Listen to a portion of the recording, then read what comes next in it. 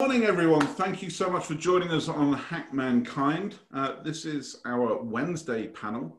It seems like the week's going pretty fast already.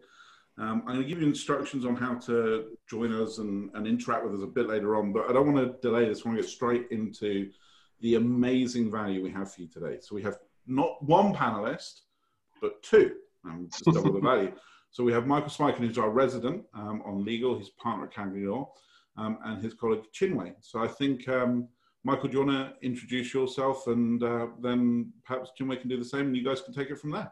Yeah, 100%. So Peter, thank you very much. Good morning, Hack Mankind. Michael Smikun, your relentless guardian, here to help you shape and influence results. And as Peter just shared with you, we actually are joined by the amazing, the wonderful Chinwe, who we're going to get to meet today. And she and I are going to be here available to answer pretty much any of your questions. And to the extent we don't know the answer, like good lawyers, we're going to tell you, we're going to figure it out for you. So we're going to try to answer whatever questions you may have. But here we go. So Chinwe, how are you doing? What's going on? What's present for you today? I am doing awesome, Michael. Thank you, Michael and Peter, for having me today. And today, what is present? I am feeling an overwhelming sense of gratitude. So gratitude is very much present for me today. Amazing, amazing. So Chinwe, you have quite an interesting background. Would you mind sharing a little bit about where you came from, what it took for you to get to where you are today, and what's been working for you? Okay, so where I came from. So I'm originally from Nigeria. I was born in Nigeria. My family relocated to the US in 1995. This was right after I completed high school in Nigeria. And so I am an attorney, as you said. I went to law school at Harvard. I studied political science in college at City College in New York, and then went straight to law school, worked at a law firm right after law school. I've also been a law professor where I taught securities regulation and law and finance and emerging markets, and worked primarily in financial services. So I worked at Goldman Sachs for some time, actually twice, before and after being a law professor, and then Citigroup hired me. And so where I am now is I run Citi's global anti-bribery program. So what that means is I'm the chief anti-bribery officer, and my team and I are responsible for ensuring that everywhere Citi does business, and Citi is the largest bank in the world, we do business in over 160 countries, that wherever we do business, we do it ethically, and that we are complying with the laws in the local regulations where we do business, and that we are doing business in accordance with the highest ethical standards. So in a lot of instances, we have standards that are higher than the laws in the specific countries where we do business, because we do want to ensure that we have an ethical culture. Unbelievable. So let's unpack all of that for just 1 second. So we have immigrated to the United States, law school, law firm, in-house counsel at Goldman, law professor, right?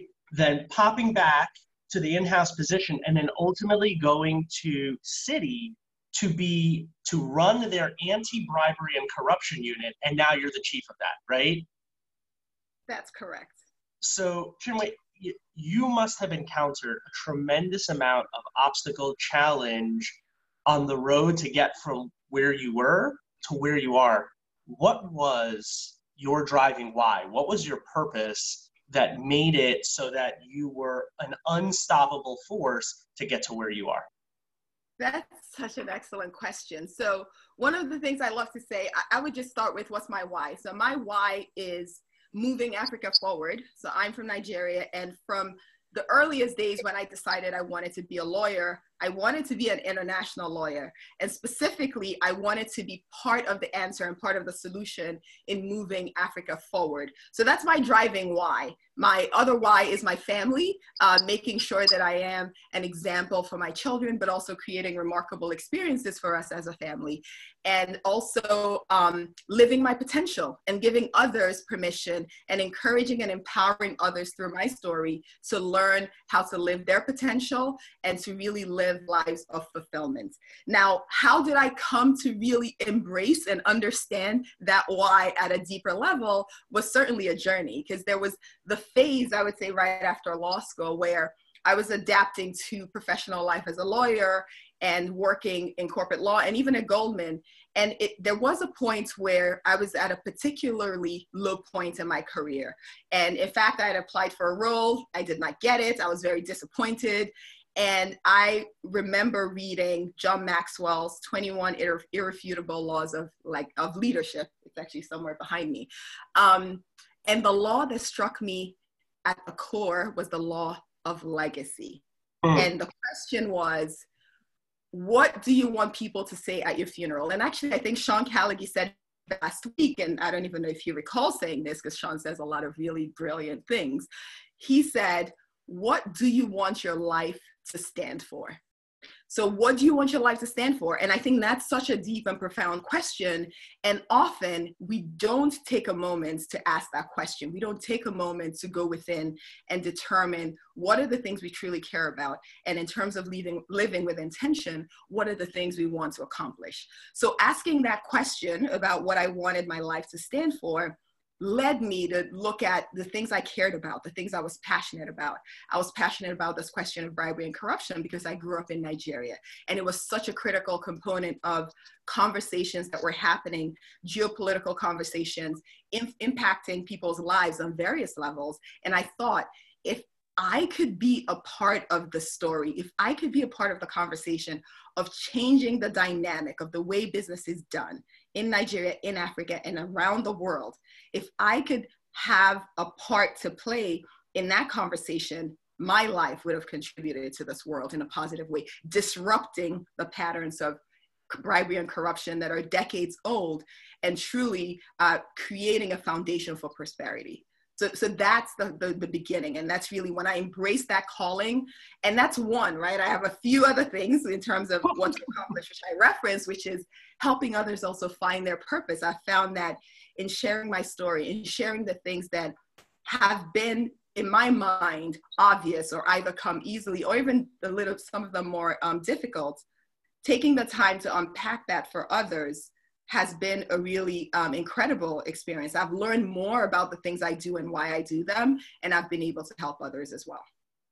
So with a purpose like that, and Peter, I think you referenced this on our last panel, when you have a purpose like that, is there anything that can stop you from achieving whatever your desire is, right? Like you become a wall breaker, like climb any wall, overcome any obstacle because nothing can get in your way. You become invincible, you become Superman, Superwoman, whatever it is. So that is the personification of what we talk about when we talk about having a powerful purpose, right? And that's what leads you ultimately to outcomes. So Chinwe, tell me, I guess, now as chief of, the anti-bribery division and corruption division, how is that helping you to achieve your purpose? Like, where is that driving you? How is that fulfilling that? I mean, it seems pretty self-explanatory, but tell us, give us a little bit of an idea about that. Yes, that's an excellent question because I often say I did not plan to come to Citigroup, and it was an opportunity that came to me through a recruiter, and I actually recall resisting the idea. But I've come to learn so much about the bank. As I said, it's such a large bank. It does business globally. So with that comes the ability to truly influence the way business is done around the world. You can set a high standard in terms of your engagement with customers, clients, and with vendors. You're able to now influence the way business is done. And Citi is also very concerned about who we are in the community and in the world and with our stakeholders and customers.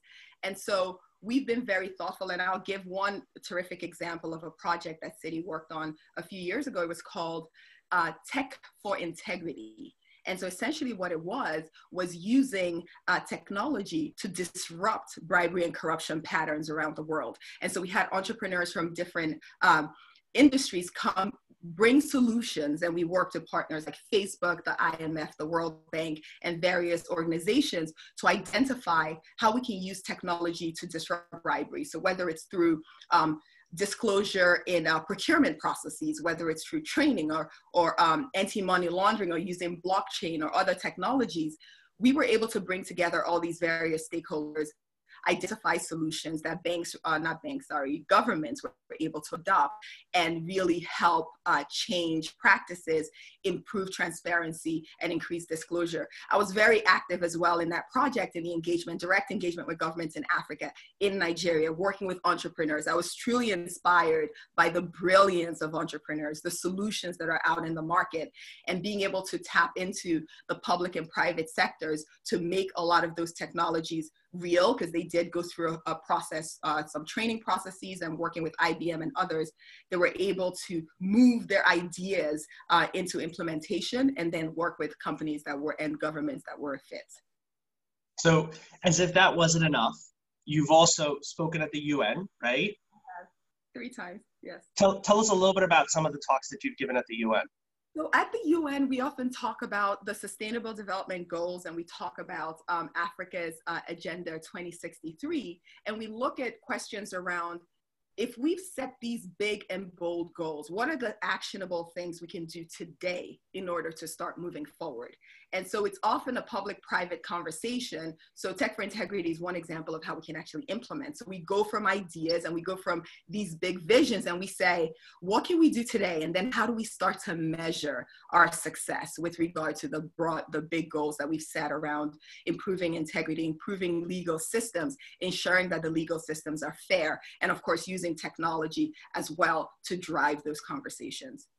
Yeah, so not many people know that side of the law, right? Not many people understand or appreciate that side of a bank, right? Most of the time, banks are given this, autonomous giant robot that just moves and takes money and things of that nature. But in a lot of different ways, you have found a way to empower yourself to deliver your purpose and deliver the message of this beautiful message of stopping corruption and anti-bribery in countries that have really been stunted by it, like the continent of Africa, different countries and nations within there, right?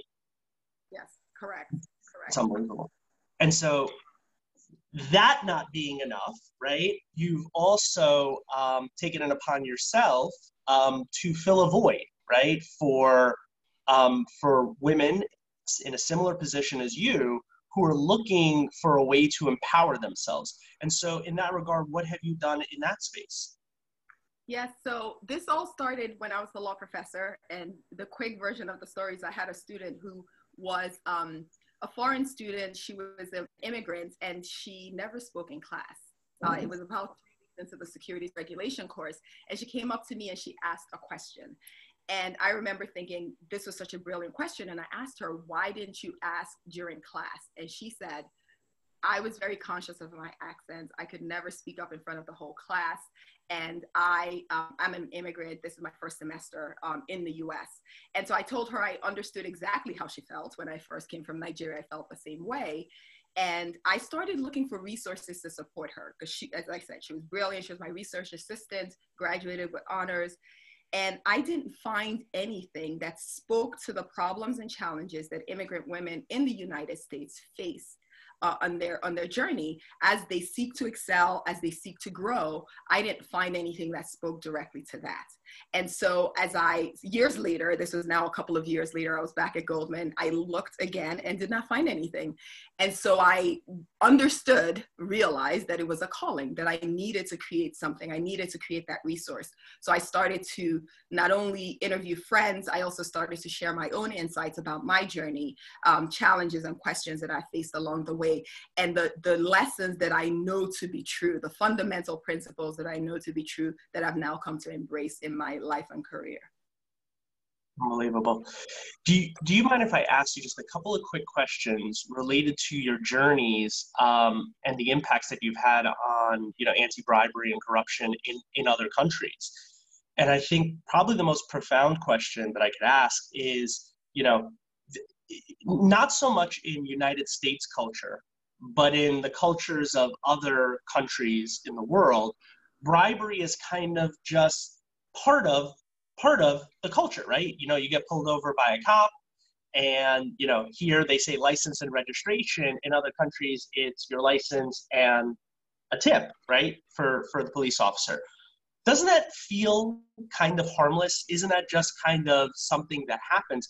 You know, as someone who operates in this space, what are your viewpoints on, you know, whether or not something as small and insignificant as just a cultural payment or something like that to a governmental official, what kind of impacts does that have? What's your perception of that? Yeah, so one of the things I will say is that laws do vary around the world in terms of the way various countries treat different types of practices. What I would also say is in the countries when you find it to be commonplace, the police officer pulling you over on the highway, where it is a common practice to make those smaller grease payments, in those countries, it also is a common practice to make the large dollar amount payments, right? So while there may be a distinction in the size, and even the SEC will tell you, there's a reason I think the US SEC and the DOJ have an exception for facilitation payments. They don't believe that those are big enough issues for them to spend resources on, right? Certain countries like the UK prohibit facilitation payments. And so we as a bank, we hold ourselves to a high standard, and we do believe in having clear global requirements. And we've been able to drive a higher ethical standard. Like I said, sometimes our standards are higher than what's pronounced in the law, but that's because we really truly believe in our role and our purpose, right? And this is part of the reason I think I love Citi so much, even though I didn't know enough about the bank before I joined, is that it's a very purpose-driven company. And we take seriously our ability to influence the way business is done in the various jurisdictions. And we take very seriously our ability to take a stand and our ability to influence our customers, our vendors, and other stakeholders, because we do bring a lot to the table in terms of our global footprint and our expertise. And with that, we believe comes a lot of responsibility, that we're very, I would say, prudent about the way we go about our business.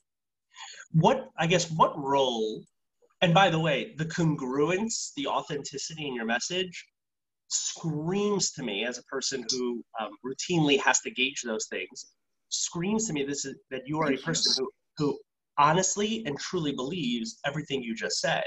And so having you as the chief of anti-bribery and corruption in a bank as large as Citi, like, lights up my heart, because I know that you really actually do care about the things you're talking about.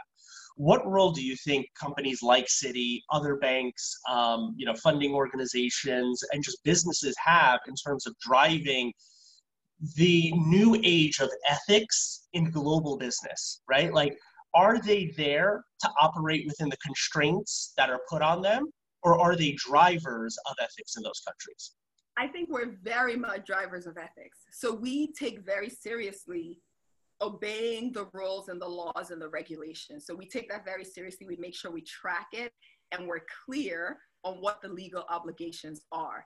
That said, we do believe that we are drivers of culture, and we've taken a stand in, even if you look beyond anti-bribery in various areas on sustainability, we've taken a very firm stand, and we go beyond not just what the law requires, but what we believe is the right thing to do, because we actually believe that doing business right equals doing business well, and also creating massive economic value for our clients, our customers, shareholders, and our stakeholders.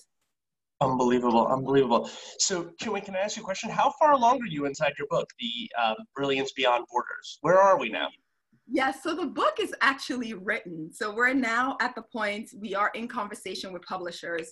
We have a number of publishers that are interested, so keeping fingers crossed that we finalize with one of them and that we'll have the book out very soon. But that's been a really, honestly, an educational process for me, just in terms of learning the stories of various women, various fields from all around the world, and also even also learning how to get the message out, right? There's a process mastery journey that I've embarked on in the last few years that also has been an educational process as well. I mean, amazing. And so I kind of got lost in our conversation that I forgot that people are supposed to be asking questions. So I want to turn a little bit to the Facebook questions that people are asking. So one of the things that has been popping up are businesses that are looking for facilitation payments to help expedite access to the government stimulus funds that are coming out. So we're talking about the CARES Act. We're talking about what is it now, $650 billion that's going to be available to businesses. And everybody's freaking out because the first $350 billion went like this. And so now they're wondering, is there going to be another stimulus? Is there going to be more money available? How do I get to the front of the line? And so now you have these businesses that are popping up and saying, hey, I can fast track your application. So I guess, Chinwe, I'm going to put to you this question. What are your views about the businesses that are seeking facilitation payments to fast track applications for PPP or EIDL payments? This probably should be a no comment response, but I do think that based on what I said earlier, you may have a sense of what my view is on that. I'll just say that. Yes. And I think you've said enough, but certainly that is happening right now. But it is such a hot topic, as you're saying, because, you know, as you said, the first one went by even for certain people who had applied early. So I think there's definitely a real life challenge around that now. Michael, my thoughts on this, and I think this is why putting people like Chinwe in the roles that she's in is so important, is it's very rare from my experience. I've worked internationally, I work in the States, I work here, I grew up in Dubai. It's very, very rare that an ethical decision is actually black and white. So if we talk about those facilitation companies, at one end, if you say, I have an expert in putting together the paperwork, the process, the forms, guiding you through it, helping you to present your cash flow, your figures in the right way, I think most people would agree that's a value add. Absolutely, you can charge for that. And on the other side, if you say, hey, if you meet me in an alley and give me 12K in an envelope in unmarked bills, I'll call my brother-in-law and guarantee that you'll get 10 times what you should get, and I'm choosing stupid examples, we probably all agree that that's unethical to the point I would personally say, if it isn't illegal, probably should be. I think the reason that the roles and you know, taking people with, you know, Chinwe, this is not just like smoke for you, but, you know, your CV is just incredible. Take smoke too. I'll take smoke. A little bit of bowing as well. Your CV is just it's phenomenal because you get these decisions that are somewhere in the middle, which are like, okay, wow. Yeah, that's kind of crossing a line. I think that to me is the whole problem of the word ethics, especially in a global context, because, you know, if you live in France and you work in public transportation, you are not allowed to wear a habaya as an Islamic woman. If you live in the UK and you're an Islamic woman, you work in public transportation, you're allowed to.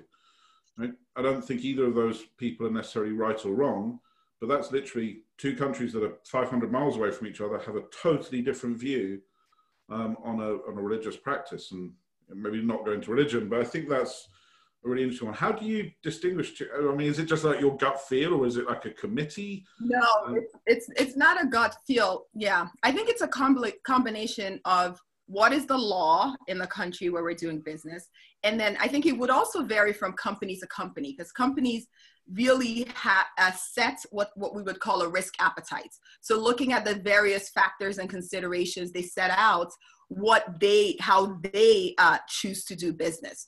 And so these tend to be very fact specific. And I think you set it up phenomenally when you said you could have on one end someone who says, I'm just preparing the documentation and getting you through the process.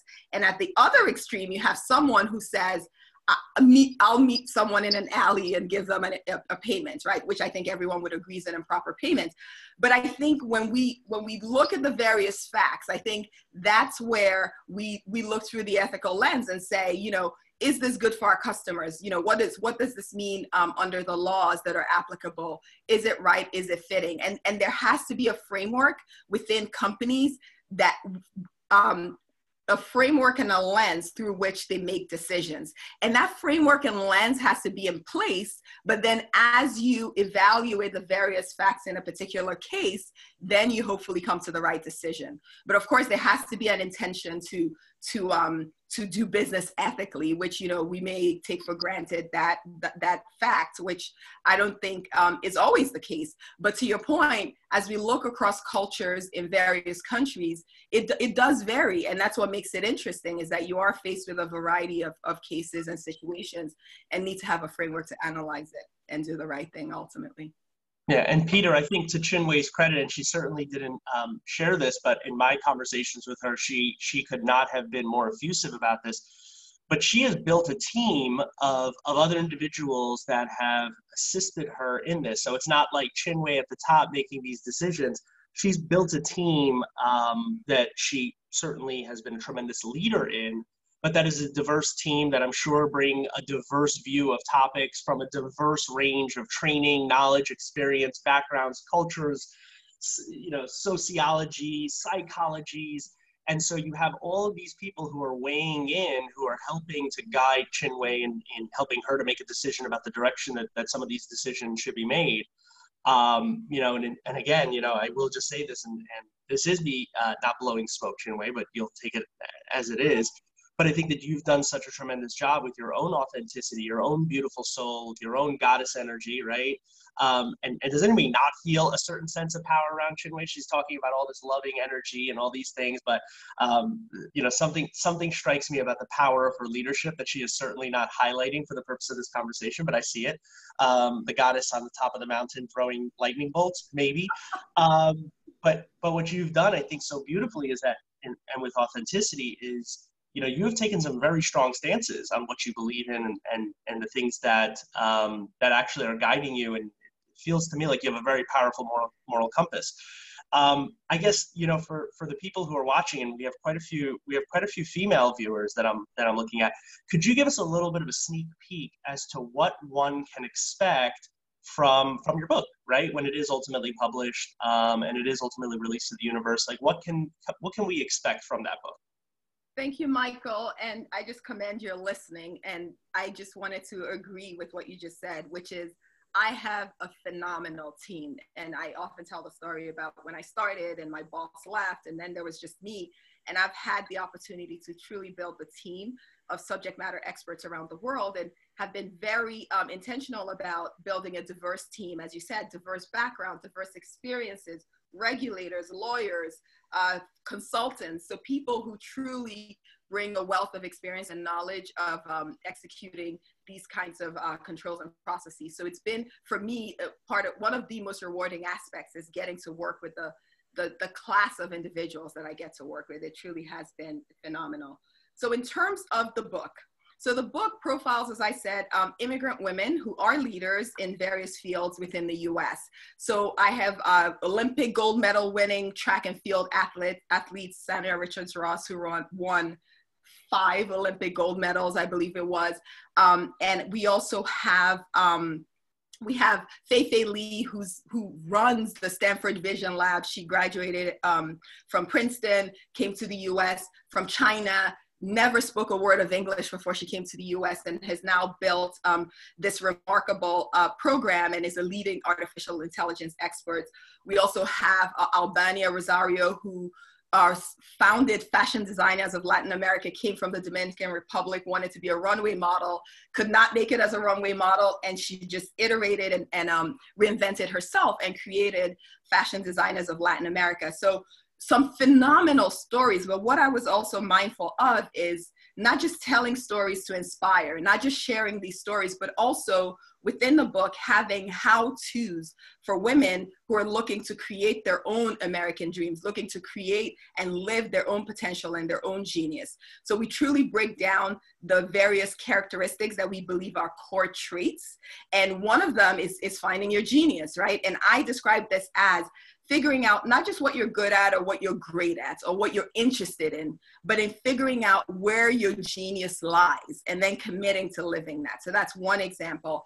Another example is being able to reinvent yourself. So a number of the women, as I said, they had the opportunity, or they were mindful or were pushed to reinvent themselves. So really talking about the importance of doing that. Mastering the inner game. That's one of the things we found, is that people being able to build self-mastery and being able to understand how to work on their mindset, that's been a critical component. So that's just a couple of the themes. But, you know, as I said, the idea was to tell some of the stories that have never been told. What are the challenges around women who felt that they had to change their names, women who struggled with having a foreign accent, and how do they step into their purpose while dealing with some of the expectations in the US, but also some of the cultural expectations growing up.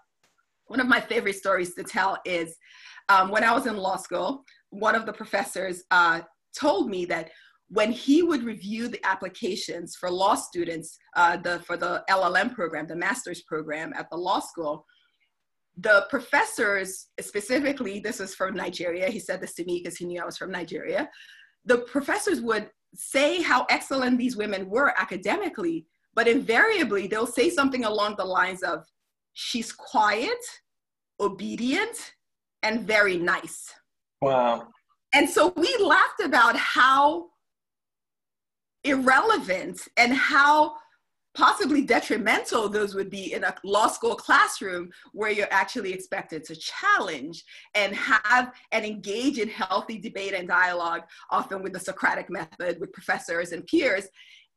But it's, you know, the fact that a lot of these women are navigating that, right? Where the professor would say he would never see that in an application for a male law student where they said he was quiet, obedient, and very nice. So how does a woman figure out how to tap into the beautiful aspects of her culture and her background and embrace that and have that be part of her driving why, but know what to leave behind in order to be effective, to be a leader, and truly live her purpose?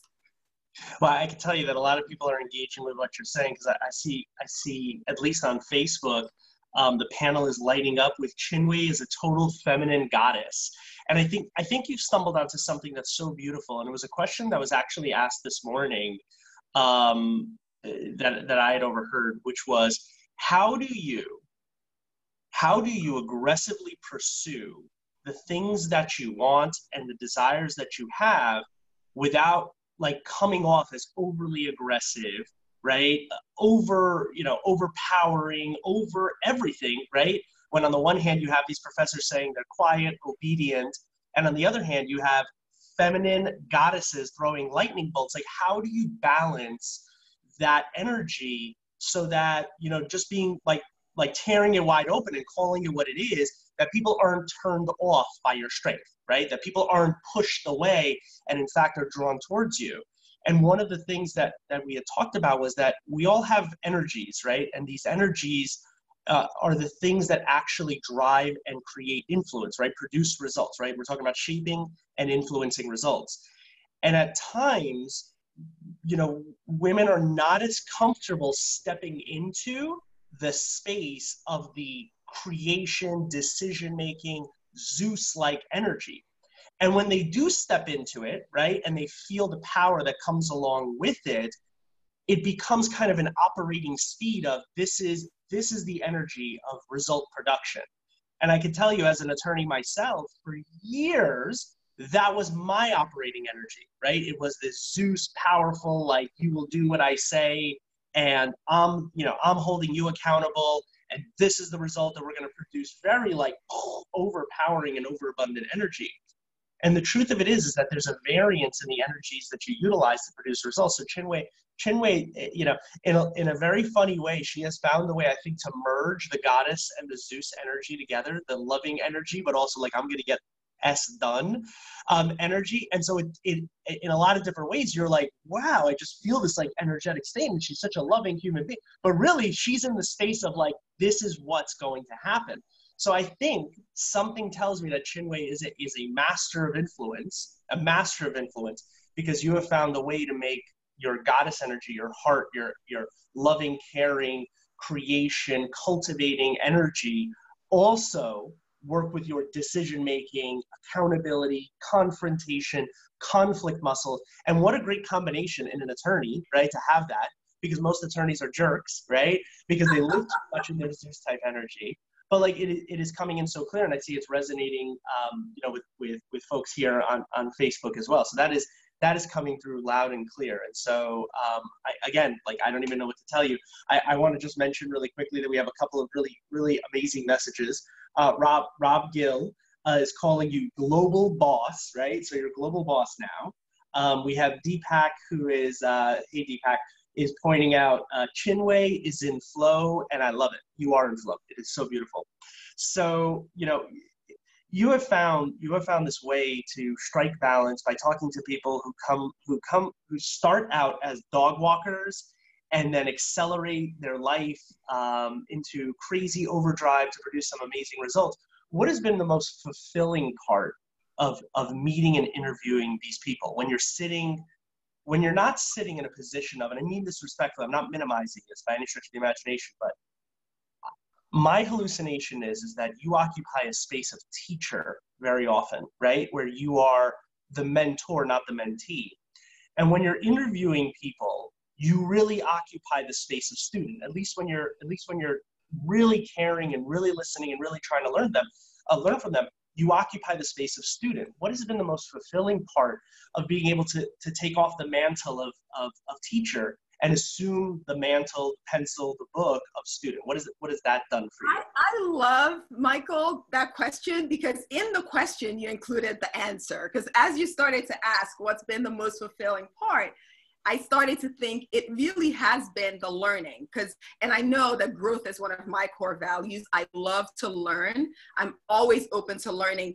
And even going back to your acknowledgement of me about the goddess energy and the energy of merging energies, that's been a learning process. I won't say, and if someone were to tell you I was born this way, I would say, you know, that person's a liar. So the truth of it has been just being aware that this is an art and a skill that needs to be mastered. And it's an art and a skill that I wanted to master. So I've really committed myself to understanding the different energies and also understanding impact. So being self-aware, and I think self-awareness is really important. So being mindful of how things are landing with people, and also being mindful of whether or not a particular approach or strategy is effective. Because I think one of the greatest mistakes that people make is saying, well, I'm just that way. This is just the way I am. And then they continue in a practice that's clearly suboptimal, right? So I think that openness to learning is really important. And that's been the biggest part of, first, it's been learning the backgrounds of various women. So I think we talked about this last time we chatted. One of the women she was a Russian Jew, and they migrated to the US, and she was saying how education was big, where she was brilliant and her father knew that she would not be able to get into a university. So that's a particular specific challenge and a point in time that I wasn't even aware of or present to in the way that I became present to it with her. And with a lot of the other women. And what I really love is that it's also adding to what I've already learned, right? So one of the things I say often, and it's something that helped me a lot, was when I had an opportunity to take on a bigger role in a particular organization, one of my mentors had said to me, what you don't know, you will figure out. And that ended up being one of the most important mindset shifts that I've experienced in my entire professional career, because it really gave me permission to understand that, yes, there'll be challenges, but you can figure it out, and you have the ability to figure it out. Now, I was speaking to one of the women that I interviewed for my book, and we hadn't talked about this specific advice from my mentor, but she had said one of the best pieces of advice she ever got was, know what you know, but also know what you don't know, and know who knows what you don't know.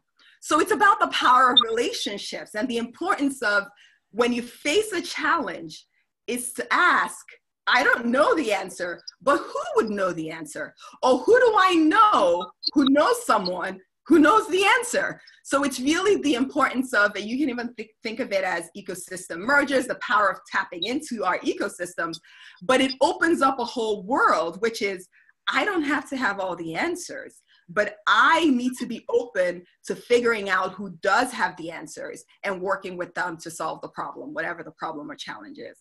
Yeah, look, I couldn't agree more with everything that you just shared. and if I could just add one additional distinction on it, is you never know when you are going to be a student, right?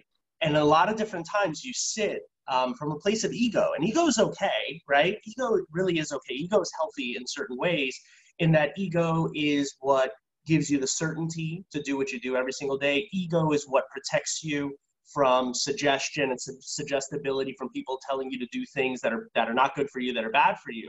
But you also never know when you're going to be a student. You know, there were times where I had to do, and you know this, Chinwe, we have continuing legal education requirements. And, you know, I'm sitting and I'm like, oh, God, I can't wait to just get this thing through.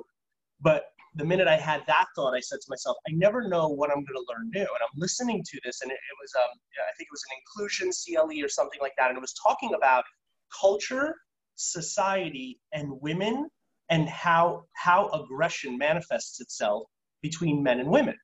And I'm like, I'm actually listening to this. I go, this is really interesting. Like, I didn't expect that I was going to be listening to something like this. And they were talking about how in American culture, it's not as common in other cultures, women are less likely to take up as much space as men are. So men are more likely to put their arms out, they're more likely to gesticulate with their hands, they're more likely to make energetic movements. And that gives men the perception of being more aggressive than women are, right? Because women can be just as aggressive as men are, but there's this perception of it. In addition, I found this one made me laugh, like, and you never know when you're gonna pick up these little facts, is that at times when women are processing information, and this is across the board, right? This is not a United States or American thing. When women are processing information, and Chinwe, you just did it. I love you. You had no idea I was going to do this. When women are processing information, they have a tendency to nod their head, right? Making you appear more agreeable, right? More agreeable is what I'm saying. But you may actually be nodding your head and going, what the hell is this guy talking about? He's 100% wrong. And in the world of attorneys, right, being agreeable is not necessarily a good thing, especially when you're being very disagreeable or in conflict or in confrontation. And so women unfortunately get this bad reputation of not being as aggressive as men are, or not appearing as aggressive as men are, when the reality is they can be just as aggressive as men are. And so even in that moment when you don't realize that you're being a student of it, that lightning bolt of information now hits you, and you have to be really mindful of the limiting beliefs and the conclusions that you reach very quickly that can be completely wrong because you weren't a student at the right time. And I apologize, I think I stepped on Peter's words a couple of times. I thought I saw him trying to jump in, so I apologize, Peter, if I had stepped on your words there. But Chinwe, I couldn't agree more with what you're having to share. Look, I'm super mindful of your time. You know what? I haven't paid attention whether or not there's any pending questions. Let me just make sure. Sorry, guys. Sorry. We've got one question which I'll just put across. Yeah. Mike, you step on my words every time if you want to drop truth bombs of that quality, right? That's fine. So we do have to wrap up quite quickly, because one of the things I'm trying to get good at this timekeeping thing, and not quite there yet. And now you've got me all conscious about moving my hands, Mike. Come on, I'm going to sit with my hands on my hands. Peter, one more thing, and I am going to step on your words. And I for the listeners out there, this is so critical in interacting in interpersonal communications between men and women. It's true, right? Like we talk about equality. We're not equals, right? We're not equals. We strive towards equal treatment, equal care, equal everything. But there's a lot of things that men do differently than women, right? And we're not going to be the same. We're not equal. But we're very different in beautiful ways. One of the things that men do very frequently that I became super conscious of in this whole thing is that men are more likely to interrupt one another than women are to interrupt the man. And so what actually happens is in an interpersonal communication, Chinwe would be less likely to stop our flow and interrupt us, which can cause a woman in her position, which I bet you Chinwe doesn't believe in this, but will cause a woman in that position to feel marginalized or minimalized in the conversation, especially if a man steps on her sentence. And so there's these crazy interactions that you have to be super sensitive to because it happens all the time. It's cultural, it's sociological, it's biological, and most of it is global. So I'm just going to share that, Peter, as I interrupted you. And one tiny footnote to what Michael just shared. Talking to Strangers by Malcolm Gladwell is a phenomenal book about some of these communication cues and the way we often misjudge and misunderstand strangers and attribute certain meanings to things that they do. There's a chapter in there about the Friends, i.e. the TV show, the Friends phenomenon in our culture. And it really speaks about some of the things Michael's talking about and how with really incredible consequences, sometimes in courtrooms, jury verdicts, etc. So I highly recommend that book.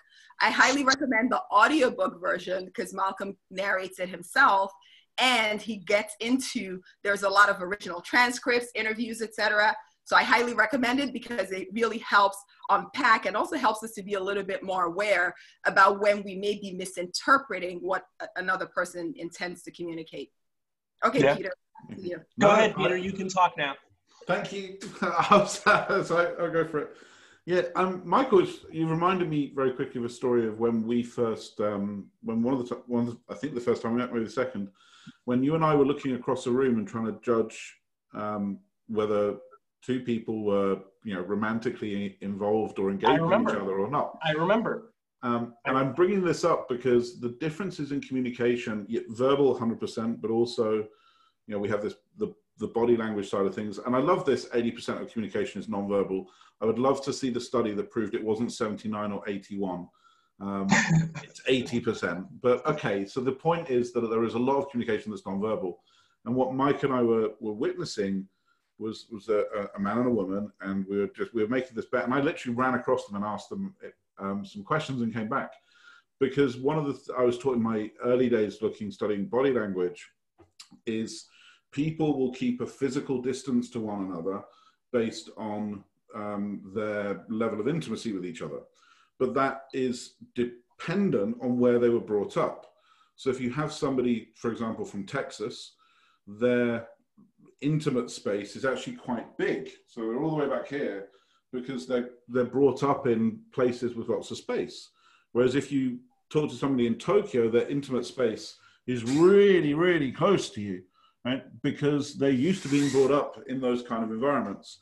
So these distinctions we're talking about, I think the best lesson really is to just be very conscious of the other person in the thing. And then, as you said, Chinwe, looking at Malcolm Gladwell, who's an amazing resource, it's challenging what you're seeing and not modeling them based back on yourself. Now, the one thing I wanted to pull out of everything you've said is, Chinwe, you said, if I said I was born this way, I'd say it's a lie. Yeah, I see your point, but what I wanted to just drill in for everybody is, we talk about this quite a bit, is you should always seek to model people at the pinnacle and apex of what they do, because those are the people that have the learnings. But the thing that you often miss when you're modeling them is and we haven't spoke about it here because it's not the right forum, is the hundreds and thousands of hours of failure, of effort, of pushing something uphill and going wrongly, it's not a good word. And I remember watching an interview, and it's a kind of a British reference, so I apologize, between David Beckham and Johnny Wilkinson. David Beckham, one of the best soccer players in the world, Johnny Wilkinson, one of the best rugby players in the world. And they're both quite famous for their ability to hit a free kick, so a dead ball situation. And both of them talking about why they're so good at it. And they reference back to Michael Jordan, so I will make this slightly more multinational. And all of them said that their capabilities came from, yes, there was an innate talent. They were born with a physical capability that others might not have. But they also referenced that thousands and thousands of people were still born with that physical capability. And that wasn't the differentiator. The differentiator was the tens of thousands of hours of repeat, hit it again, try it again, hit it again, try it again. And I just think that was something that came out from myself looking at Chinwe's CV. Mike, you've got a very similar thing. It's, yes, there is brilliance, but this brilliance doesn't just land. This brilliance is stuff that people desire via that true why to develop in their life. And with that, I want to do, because I am trying to be mindful of time, Mike, let's go to you for final thoughts first, and then Chinwe, and then myself. No, I just, from my perspective, I just want to say, Chinwe, thank you so much for your time. I'm so very appreciative. We're actually, Peter, we're going to give Chinwe the final in those words, because I want her to be able to share her thoughts. But I'm just so thankful that you were here. So thankful for all the things that you shared. Thank you so much for your time. I know you had a lot of things going on, so I appreciate midday for you to break from it. But those are just my final thoughts. I just wanted to share that. Okay, in that case, it's me next if Chinwe's last. My final thoughts, I love that these wordings, the way it develops, is one, I feel like I'm literally robbing people of Chinwe's time, because I personally could sit and have this conversation for another 4 hours and still be happy. There's so much value there. So first of all, I'd like to say, Chinwe, thank you very much. It's been a true pleasure. When Mike said, I'm going to get Chinwe on, she's going to blow your mind, he wasn't short selling it, that's for sure. What I'd say to everyone watching this is you need to go to www.hackmankind.com and sign up. We have our first 1,000 members for free. And in addition, any first-line responders will always be free. That's doctors, nurses, teachers, EMTs, police officers, and firefighters, as a very small gesture of thanks for everything you're doing for all of us at the moment. Our next call is actually in 7 minutes' time. If you sign up now, you'll get, and in the email, there'll be a link for that. And that's where we look at how we integrate our hack of the day. Hack of the day today is you are a product of everything you ingest, both mentally and physically. Your cells, your neurons, how you work is all about the stuff you allow in. So that call, which is in 6 minutes' time, is all about how you integrate that and how you make that part of who you are. And my final thing before I hand over to Chinwe is say, Chinwe, will you please come back and talk to us again once your book is released and launched, because I would absolutely love for our audience to hear some of it. I personally would love to hear some of the stories in there in more detail, but I'm sure other people would as well. Absolutely. Thank you so much. Thank you, Peter. Thank you, Mike. And thank you, Mike, for inviting me. I think this was, he reached out and he said, hey, come. And I said, of course, Michael Smikun's asking. Of course, the answer is yes. And so it's been an honor to join you. Great conversation. Thank you, Michael. All the very important themes that we touched on in such a short period of time: masculine, feminine energy, influence, integrity-based human influence, and how to live from a place of your why. So I really do think it was a great conversation. I invite people, I can't wait to sign up for Hack Mankind, Peter, and invite people to check out my website where I share insights. On my blog, it's chinweesimai.com. It's just my first and last name. And I would love to come back to talk more about the book, and we'll certainly keep sharing updates with you all as we evolve and continue on that process. Amazing. Thank you again, Chinwe. Michael Smikun here for Hack Mankind, your relentless guardian, helping to shape, influence results. Please sign up to both Chinwe's site and Hack Mankind. It's a wonderful service that Peter has started here and really has taken off like wildfire. Thank you, guys. Thanks, everybody. Thanks, everyone. Thanks, Chinwe. Thank you. Bye-bye.